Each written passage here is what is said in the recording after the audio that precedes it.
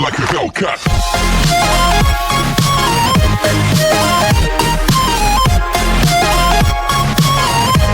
सुबह 21 की स्टार्टिंग में हम देखते हैं कि वुजाई जिसकी शादी होने वाली थी, मगर वहाँ मिस डोही के भेजे हुए गुंडे आए जो कि सीसीटीवी कैमरा कवर करने के बाद वुजाई को बहुत बुरी तरह मारने लगे ताकि उसे सबक मिल सके कि वो अमीर लड़की से शादी करने की हिम्मत कैसे कर रहा था।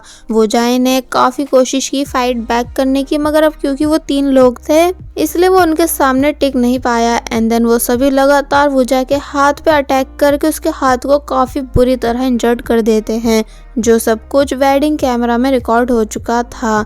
दूसरी तरफ नाही बहुत रोते हुए रिक्वेस्ट करती है कि प्लीज़ उसे बाहर आने दिया जाए और वुजाई से कॉल पर बात करा दी जाए ताकि वो उसे बता सके कि वो नहीं आ पाएगी, मगर मिस डोही ने उसकी एक नहीं सुनी बल्कि नाही का मोबाइल अपने पास रख उसे बिल्कुल बाहर आने नहीं देती। और वहीं बाखा और हैजुन जो कि जब जैसी वेडिंग प्लेस आए तो तब वहाँ वुजाई को ज़मीन पे पड़ा देख बहुत बुरी तरह शॉक रह गए। वुजाई के हाथ पर गहरी चोट थी जिससे उसे हिला तक नहीं जा रहा था, इसलिए ये सब देख बाखा बहुत ज़्यादा परेशान हुई एंड एम्बुलेंस बुलाकर उसमें वुजाई को हॉस्पिटल भिजवाती है। दूसरी तरफ से हैरी और इंजी ये दोनों भी आ रहे थे, जहाँ इंजी बता रही थी कि वो बहुत जल्द प्रेसिडेंट ना से शादी करने वाली है कि तभी वुजाई की एम्बुलेंस के जाते टाइम इंजी की टक्कर होने वाली थी, मगर तभी उसे हैरी ने बचा लिया। सिचुएशन थोड़ी रोमांटिक टाइप बन जाती है क्योंकि कहीं ना कहीं ये दोनों एक दूसरे को लाइक करते हैं, मगर फिर तभी एक दूसरे से पीछे हो गए। एंड देन आगे आकर जब जैसे इन दोनों को भी वुजाई की हालत के बारे में पता चला तो ये सुन वो दोनों हैरान थे। दूसरी तरफ मिस मार्कर और मिस्टर बॉक ये दोनों भी वेडिंग के लिए घर से निकलने ही वाले थे, मगर बाघा ने कॉल कर इन्हें भी सारी सिचुएशन बताई तो तब ये दोनों भी हैरान हुए। और वहीं मिस्टर चोई जो कि कॉल पर किसी डॉक्टर से बात कर रहे हैं अपॉइंटमेंट लेने की, क्योंकि मिस यांग धीरे धीरे चीज़ें भूलने लगी हैं। और फिर जब जैसे वो रेडी होकर बाहर आई वुजाई की वेडिंग में जाने के लिए तो तब उन्हें वहीं रुकने के लिए कहकर मिस्टर चोई रेडी होने गए, मगर तभी मिस यांग को अचानक ही कुछ हुआ एंड वो बाहर आ गई एंड एक बस खड़ी देख बोलती है कि अरे ये बस तो मेरे घर जा रही है, इसलिए भागकर वो उस बस में बैठ जाती हैं। मिस्टर चोई जब जैसे बाहर आए तो देखते हैं कि मिस यांग कहीं भी नहीं है कि तभी मिस्टर बॉक ने वहां आकर उन्हें बताया कि वुजाई की शादी कैंसिल हो चुकी है, इसलिए वहां जाने की ज़रूरत नहीं। और वैसे तुम्हारी वाइफ यानी मिस यांग कहाँ है? तो तब मिस्टर चोई बोलते हैं पता नहीं, शायद वो गायब है। तो ये सुन मिस मार्करे हैरान हुई। दूसरी तरफ अब सभी लोग भागते हुए हॉस्पिटल आए वुजाई के पास एंड उसके लिए परेशान होने लगे। तो तब हैजुन ने बताया कि हाथ पर गहरी चोट की वजह से कुछ देर बाद वुजाई की सर्जरी है। हैरी गुस्से से पूछता है कि आखिर ये सब हुआ कैसे? तो तब हैजुन ने बताया कि कुछ गैंगस्टर्स वुजाई से मिलने आए थे जिन्हें आई थिंक मेरी आंट यानी मिस डोही ने भेजा था। तो ये सुन हैरी और ज़्यादा गुस्सा करने लगा। ना ही जो कि इन सभी चीज़ों से अनजान है इसलिए सोचने लगी कि शायद अब तक तो वुजाई वापस घर भी चला गया होगा और मुझसे बहुत ही ज़्यादा नाराज़ होगा कि तभी मिस डोही उसके लिए खाना लेकर आती हैं, मगर ना ही खाना खाने से मना कर देती है और बस यही जिद करती जा रही थी कि मुझे मेरा मोबाइल वापस दो। और वहीं दूसरी तरफ मिस यांग जो कि अपने पुराने घर आ चुकी हैं, जो कि पहले सालों से उनका था, इसलिए डोर नॉक करने के बाद अपने हस्बैंड को आवाज़ें देने लगी। मगर जब जैसी एक लेडी ने बाहर आकर बताया कि ये घर तुम्हारा नहीं बल्कि मेरा है, इसलिए शोर करना बंद करो और यहाँ से जाओ। तो ये सुन वो हैरान हुई और फिर उस लेडी के अंदर जाने के बाद कहने लगी कि नहीं ये मेरा ही घर है, इसलिए अभी यहाँ से निकलो वरना मैं पुलिस बुला लूँगी। पहले अब नेक्स्ट सीन में हमें ऑपरेशन थिएटर के बाहर का सीन दिखाया गया जहाँ वुजाई की सर्जरी चल रही थी। और फिर जब जैसे ही डॉक्टर बाहर आकर बताते हैं कि सर्जरी तो ठीक रही मगर माफ़ करना वुजाई कभी गोल्फ नहीं खेल पाएगा। तो ये सुन सभी लोग शॉक रह गए कि ऐसा कैसे हो सकता है, इसलिए बहुत रिक्वेस्ट करते हैं कि क्या कोई दूसरा रास्ता नहीं, क्योंकि वुजाई प्रोफेशनल गोल्फ प्लेयर है जो कि ऐसे कैसे गोल्फ छोड़ पाएगा। तो तब डॉक्टर ने समझाया कि हाथ पर बहुत बुरी तरह लगातार अटैक किया गया था जिससे अब उनका हाथ गोल्फ के लिए उठना इम्पॉसिबल है। एंड देन वहाँ से चले गए। तो तब हैरी गुस्से से हैजुन का कॉलर पकड़ लेता है कि ये सब सिर्फ तुम्हारी फैमिली की वजह से हो रहा है जो आज वुजाई की ज़िंदगी बर्बाद हो गई। इंजी और बाखा बहुत रिक्वेस्ट करती हैं कि वो प्लीज़ हैजुन को छोड़ दे। तो तब हैरी गुस्से में वहाँ से चला गया। वेल अब हमें फिर से मिस यांग को दिखाया गया जो कि अभी तक अपने पुराने घर के बाहर थी कि तभी मिस्टर चोई, मिस्टर बॉक और मिस माकरे ये तीनों भी वहां आ गए। तो तब अपने हस्बैंड को देख वो काफ़ी बुरी तरह रोने लगी और बताती हैं कि वो बस में बैठकर यहाँ आई हैं। कि तभी कहती हैं कि वैसे हनी कोई है जो हमारे घर में घुस गई है और हमारे घर को अपना घर बता रही है, इसलिए तुम चिंता मत करो, हम सब मिलकर उसे भगाएंगे। तो ये सुन मिस्टर चोई कुछ नहीं कहते और समझ गए कि मिस यांग फिर से याददाश्त भूल चुकी है। मिस माकरे और मिस्टर बॉक उन्हें याद दिलाने की कोशिश करने लगे कि नहीं, तुम यहाँ नहीं रहती बल्कि तुम तो बहुत टाइम से हमारे साथ नागवॉन में रह रही हो। तो तब वो उन्हें चुप कर कहती हैं कि शोर मत करो वरना वो औरत भाग जाएगी, वो कोई पागल है इसलिए हमें उसे छुप कर पकड़ना होगा। और हनी तुम देख क्या रहे हो, जल्दी से पुलिस को कॉल करो। तो तब मिस्टर चोई चिल्लाकर मिस यांग को होश में आने को कहते हैं एंड सब समझाते हैं कि अब वो कहाँ रहते हैं और उनकी क्या कंडीशन है। तो तब जाकर मिस यांग को फिर से सब याद आया। वो कहती हैं कि माफ़ करना, मैं थोड़ी देर के लिए कंफ्यूज हो गई थी पहले का सोचकर, यानी अगर गोसोंग वाले हमारे ऊपर झूठे इल्ज़ाम लगाकर हमें नौकरी से ना निकालते तो शायद आज भी हमारा यही घर होता। तो तब मिस्टर चोई कुछ नहीं कहते बल्कि बस अपनी वाइफ की कंडीशन पे उदास होते जाते हैं।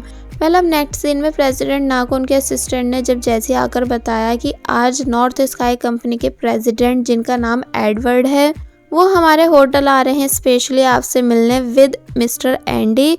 तो तब प्रेसिडेंट ना कंफ्यूज होने लगे कि वैसे ही प्रेसिडेंट एडवर्ड है कौन, क्या तुम्हें कुछ आइडिया है कि वो दिखता कैसा है। तो इस पर असिस्टेंट ने बताया नो सर, हमें कोई आइडिया नहीं क्योंकि उन्होंने अपनी इन्फॉर्मेशन ज़्यादा लोगों से शेयर नहीं कर रखी, पर इतना कंफर्म है कि वो भी एक कोरियन है। तो तब प्रेसिडेंट ना शांत हो गए। दूसरी तरफ मिस्टर यांग जो कि अब कार में थी कि तभी पूछने लगी कि वैसे हम शादी में क्यों नहीं जा रहे हैं, जल्दी चलो, हमें उन्हें केक भी देना है। तो जब जैसे मिस्टर चोई ने बताया कि शादी कैंसिल हो गई है तो ये सुन वो हैरानी से पूछती हैं कि क्यों, केक टाइम से नहीं पहुंच पाया इस वजह से। तो इस पे मिस्टर वॉक बताते हैं नहीं, वो जाए हॉस्पिटल में है एंड अभी अभी बाका ने बताया कि हाथ पर चोट लग जाने की वजह से अब वो कभी गोल्फ नहीं खेल पाएगा। तो ये जानकर सभी उदास होने लगे। नेक्स्ट सीन में हैजुन के पास उसकी मॉम की कॉल आई जिन्हें जब जैसे वो बताता है कि मैं अब नाकवॉन गेस्ट हाउस में रह रहा हूँ तो ये सुनो वो बहुत ही ज़्यादा गुस्सा करने लगी, मगर हैजुन उनकी एक नहीं सुनता।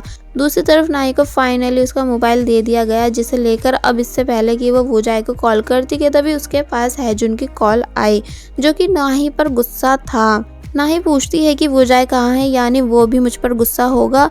तो इस पर जब जैसे ही हैजुन ने नाही को वूजाई की पूरी कंडीशन बताई तो उसे जानकर नाही काफ़ी बुरी तरह शॉक हुई और गुस्से में अपनी मॉम से लड़ने के लिए आई कि मॉम आप आखिर ऐसा कैसे कर सकती हो मेरे वूजाई के साथ, पता भी है वो इस टाइम बहुत बुरी कंडीशन में है जिसकी जस्ट अभी सर्जरी हुई है। तो ये सुन मिस रोही हैरान होने लगी कि क्या सर्जरी, जबकि मैंने तो गुंडों को सिर्फ उसे डराने भेजा था।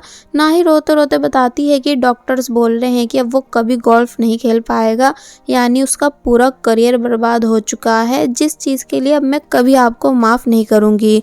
तो ये सुन मिस रोही कुछ नहीं कह पाती बल्कि नाही के वहाँ से जाने के बाद गुंडों को डांटने लगी कि तुम लोगों ने आखिर क्यों वूजाई को इतना ज़्यादा मारा। दूसरी तरफ हैजुन जब जैसे वूजाई के रूम आया तो तब बाका पूछती है कि क्या बताया नाही ने कॉल पर, यानी वो वेडिंग के लिए क्यों नहीं आई थी। तो तब हैजुन बताता है कि मुझे कंपनी से निकाल देने के बाद अब सारा प्रेशर नाही पर आ गया है नेक्स्ट गोसोंग प्रेसिडेंट बनने का, इसलिए वो बहुत सोचने के बाद वेडिंग के लिए नहीं आ पाई। जिन सभी बातों को वूजाई भी सुन रहा था। बाका हैरानी से कहती है कि इसका मतलब नाही ने वूजाई को छोड़ प्रेसिडेंट पोस्ट चूज की, वो आखिर ऐसा कैसे कर सकती है वूजाई के साथ। तो तब वूजाई मन ही मन बहुत बुरी तरह रोता है क्योंकि उसने बिल्कुल एक्सपेक्ट नहीं किया था कि नाही एंड टाइम पे उसे धोखा दे देगी। दूसरी तरफ हैरी भी बहुत ज़्यादा गुस्सा है वूजाई की कंडीशन को लेकर क्योंकि वूजाई हैरी के लिए उसके छोटे भाई जैसा है, जिसकी स्टार्टिंग से हैरी ने गोल्फ में बहुत हेल्प कराई, इसलिए यहाँ वो सभी गुसंग वालों को गालियां देने लगा कि इन सारों को तो मैं छोड़ूंगा नहीं। पर जब जैसे उसके पास मिस मार्करे की कॉल आई जो कि बताती है कि मिस यांग ठीक नहीं, इसलिए ये दोनों तुरंत भागते हुए नाकवन आ गए कि आखिर क्या हुआ मिस यांग को। और फिर जब जैसे पता चला कि अब मिस यांग धीरे धीरे अपनी याददाश्त भूल रही है, तो ये सुन वो दोनों हैरान रह गए। देन इंजी भागती हुई मिस यांग के पास आकर रोने लगी, मगर मिस यांग इंजी को देख खुश थी कि क्या तुम सच में वापस आ गई हो, क्या तुम प्लीज यहीं रह सकती हो, क्योंकि तुम्हारे बिन मेरा यहाँ मन नहीं लगता। तो तब इंजी उनकी हाँ में हाँ मिलाकर उन्हें बहुत प्यार से चुप कराने लगी। फिर जब वो वापस प्रेसिडेंट ना के घर जा रही थी, तो तब अपनी मॉम यानी मिस मार्करे को देख उनसे बात करने की कोशिश करती है कि मॉम प्लीज मुझे माफ कर दो, मुझे पता है कि आप मुझसे गुस्सा हो, इसलिए मुझसे आपकी ये नाराजगी देखी नहीं जाती। मगर जब मिस मार्करे ने कोई जवाब नहीं दिया, तो तब इंजी चुपचाप वहाँ से जाने लगी। कि तभी मिस मार्करे उसे रोक कहती है कि खाना खा के जाओ। तो ये सुन वो काफ़ी ज़्यादा खुश हुई एंड पागलों की तरह भर भर के उस खाने को खाने लगी, क्योंकि उसने अपने मॉम के हाथ के खाने को काफ़ी ज़्यादा मिस किया, जिसे पीछे से मिस मार्करे भी देख रही थी। और वहीं हैरी जो कि अब भी बाहर बैठकर गुसंग वालों को गालियां दे रहा था कि तभी वहां मिस ओहिन आई अपने बेटे हैजुन से मिलने, मगर हैरी ने उन्हें अंदर जाने नहीं दिया, ये बताकर कि पहली बात हमारा घर तुम जैसी के लिए नहीं, और दूसरी बात हैजुन यहाँ नहीं है, इसलिए चुपचाप यहाँ से निकलो। मिस ओहिन हैरी को उल्टा सीधा बोलने लगी, क्या तुम्हें कभी किसी ने मैनर्स नहीं सिखाए? सही करा मैंने तुम जैसे जाहिल को तुम्हारी जगह दिखाकर। तो ये सुन हैरी जोर से चिल्लाता है कि क्या बोली तुम, मुझे मैनर्स सिखाओगी, जो खुद पैसा देखकर लोगों से बात करती है और गरीबों को नीचा दिखाती है। तुम गुसंग वालों को बहुत घमंड है ना अपने पैसों पर, मगर मेरी भी एक बात सुनती जाओ कि मैं नाकवन वाला हूँ जो कभी तुम जैसों के पैरों के नीचे नहीं आऊंगा। और बस फिर इतना बोल हैरी वो सभी पैसे निकालकर मिस ओहिन पर फेंक देता है, जो लास्ट टाइम मिस ओहिन ने हैरी को दिए थे उनके ब्रेकअप के लिए। एंड देन वहाँ से चला गया, जिसकी ये सब हरकतें देख मिस ओहिन हैरान थी। वेल अब इंजी जब जैसी वापस घर आई, तो उसने डायरेक्ट मिस डोही के बाल पकड़ लिए कि तेरी हिम्मत हुई कैसे वो जाए के साथ इतना बुरा कराने की, आज मैं तेरे हाथ पैर सब तोड़ दूंगी। मिस डोही कहती है कि अच्छा तू मुझे मारेगी और मैं चुपचाप पिट जाऊंगी, रुक तुझे अभी सबक सिखाती हूँ। दोनों ही एक दूसरे को काफ़ी बुरी तरह मार रही थी, मगर तभी प्रेसिडेंट ना ने वहाँ आकर इन दोनों का अलग कराया, मगर चिल्लाने से उनका सर दुखने लगा था, इसलिए वो तभी वहाँ से चले गए, क्योंकि अब वो भी परेशान आ चुके हैं अपने घर वालों की आए दिन हरकतों से। दूसरी तरफ ना ही भागते हुए हॉस्पिटल आती है वो जाय से मिलने के लिए, तो तब हैजुन उसे काफ़ी ज़्यादा डांटता है। ना ही एक्सक्यूज़ देने लगी कि ये सब मैंने नहीं बल्कि मॉम ने कराया, यानी मुझे कोई आइडिया नहीं था कि वह ऐसा करेंगी। तो तब हैजुन कहता है कि एक्सक्यूजेस देने की ज़रूरत नहीं, क्योंकि इस सब में सिर्फ तुम्हारी गलती है, अगर तुम अपना प्रॉमिस पूरा करती तो ऐसा कभी नहीं होता। ना ही रोते हुए एक्सेप्ट करने लगी कि हाँ ये सब मेरी ही गलती है, मगर मैं भी क्या करती, क्योंकि ग्रैंडपा और मॉम दोनों मुझे फोर्स कर रहे थे प्रेसिडेंट की पोजीशन के लिए, इसलिए मैं चाहकर भी इस प्रेसिडेंट बनने के चांस को मिस नहीं कर सकती थी, इसलिए अपने प्रॉमिस को पूरा नहीं कर पाई। हैजुन हंस के कहता है कि अच्छा ऐसा है, तो अब जिंदगी भर इस गिल्ट में रहना कि सिर्फ तुम्हारी वजह से वो जाए का सारा करियर बर्बाद हुआ। एंड हाँ उससे मिलने की ज़रूरत नहीं, क्योंकि उसने साफ मना किया है तुमसे मिलने को। तो तब ये सुन ना ही और ज़्यादा रोती है। हैजुन रूम आकर बाका से घर चलने को कहता है, ये बताकर कि वो वूजाय के पास रुकेगा, मगर अब क्योंकि बाका को वूजाय की बहुत ज़्यादा फिक्र थी, इसलिए वो कहती है कि यहाँ मैं रुकना चाहती हूँ, तुम प्लीज़ योलमू को अपने साथ लेकर वापस घर चले जाओ। तो तब हैजुन ने ऐसा ही करा, यानी वो योलमू को लेकर वापस नाकवन आ गया और पूछता है कि क्या योलमू तुम्हें कपड़े चेंज करने हैं। इसलिए फिर वो योलमू के कपड़े लेने बाका के रूम आया, जहाँ उसे कांग का वही शू दिख जाता है जिसके अंदर पेन ड्राइव है। इसलिए ये देख हैजुन हैरानी से बोलने लगा कि भला ये क्या है, और फिर उसे अपने लैपटॉप में लगाकर चेक करता है, जिसे देख उसके होश उड़ गए, क्योंकि उस पेन ड्राइव में गुसंग गैलरी के घोटालों की सारी फाइल्स थी कि कैसे कैसे इनकम टैक्स नहीं दिया गया, कैसे कैसे फेक पेंटिंग्स को डबल प्राइस करके बेचा गया, यानी पब्लिक को बेवकूफ़ बनाकर लाखों की कमाई की गई, और कहाँ कहाँ पैसे ट्रांसफ़र हुए, सब कुछ। इसलिए ये सब देख हैजुन हैरान था। वेल मॉर्निंग में मिस्टर चोई अपनी वाइफ का चेकअप कराने लेकर जा रहे हैं तो वहीं हैरी उस प्लेस आया जहां वुजाई की वेडिंग होने वाली थी सीसीटीवी फुटेज लेने। तो तब वो लड़की बताती है कि सीसीटीवी कैमरा हाइड कर दिया गया था, मगर हमारे पास वेडिंग कैमरा की फुटेज है जिसमें सब शूट हो गया था। तो तब ये सुन हैरी खुशी खुशी उस कैमरा में रिकॉर्ड हुई फुटेज को लाकर पुलिस स्टेशन में देता है, ये बताकर कि मुझे मिस डोही के अगेंस्ट रिपोर्ट करानी है क्योंकि उन्होंने कुछ गुंडों को मेरे भाई की वेडिंग में भेजकर उसकी काफी बुरी तरह पिटाई कराई। तब क्योंकि क्लियर प्रूफ थे इसलिए पुलिस ने रिपोर्ट दर्ज कर ली और फिर 2 ऑफिसर अरेस्ट वारंट लेकर मिस डोही को अरेस्ट करने के लिए आए। मिस डोही चिल्लाने लगी कि क्या तुम लोग पागल हो गए हो, यानी क्या तुम्हें नहीं पता कि मैं कौन हूँ। मगर वो उनकी एक नहीं सुनते बल्कि हथकड़ी पहना कहते हैं कि अब जो कुछ भी बोलना है पुलिस स्टेशन में बोलना एंड अपने लॉयर को भी बुला लो। तो तब मिस डोही कुछ नहीं कर पाई। दूसरी तरफ प्रेसिडेंट ना जो कि मिस्टर एडवर्ड के वेलकम के लिए खड़े थे, मगर जब जैसे मिस्टर एडवर्ड कार से बाहर आए जो कि और कोई नहीं बल्कि मिस्टर बॉक्स थे, तो तब ये देख प्रेसिडेंट ना के होश उड़ गए कि तुम यहाँ कैसे। तो तब मिस्टर एंडी ने बताया कि ये हमारे बॉस हैं यानी नॉर्थ स्काई कंपनी के प्रेसिडेंट। तो ये जानकर प्रेसिडेंट ना और भी ज्यादा शॉक थे क्योंकि उन्हें बिल्कुल आइडिया नहीं था कि मिस्टर बॉक यानी उनके जानी दुश्मन जो पहले काफी गरीब हुआ करते थे आज अमेरिका के टॉप लिस्ट होटल यानी नॉर्थ स्काई होटल के प्रेसिडेंट है। इसलिए बस फिर इसी शॉकिंग सीन के साथ पार्ट 21 यहीं पर एंड हो जाता है। There was a time when you had me falling to the ground. For next part, please subscribe my channel and click the bell icon. Thank you.